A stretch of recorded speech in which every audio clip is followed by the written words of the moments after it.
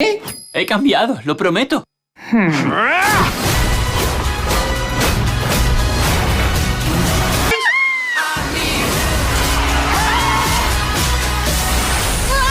Siempre llevas las cosas demasiado lejos. Es un don.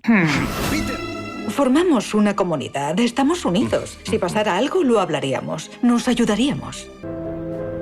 ¿Aún estás despierta? Pues sí, ya lo ves. Cariño, no es la primera vez que me absorbe el trabajo. ¿Sabes, Malo? Tu padre y yo nunca nos separaremos. ¿Solo te interesa eso? ¿El prestigio, las apariencias?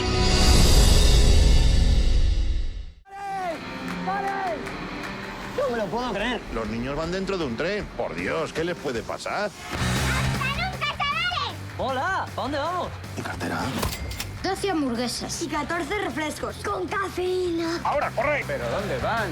Son maléficos.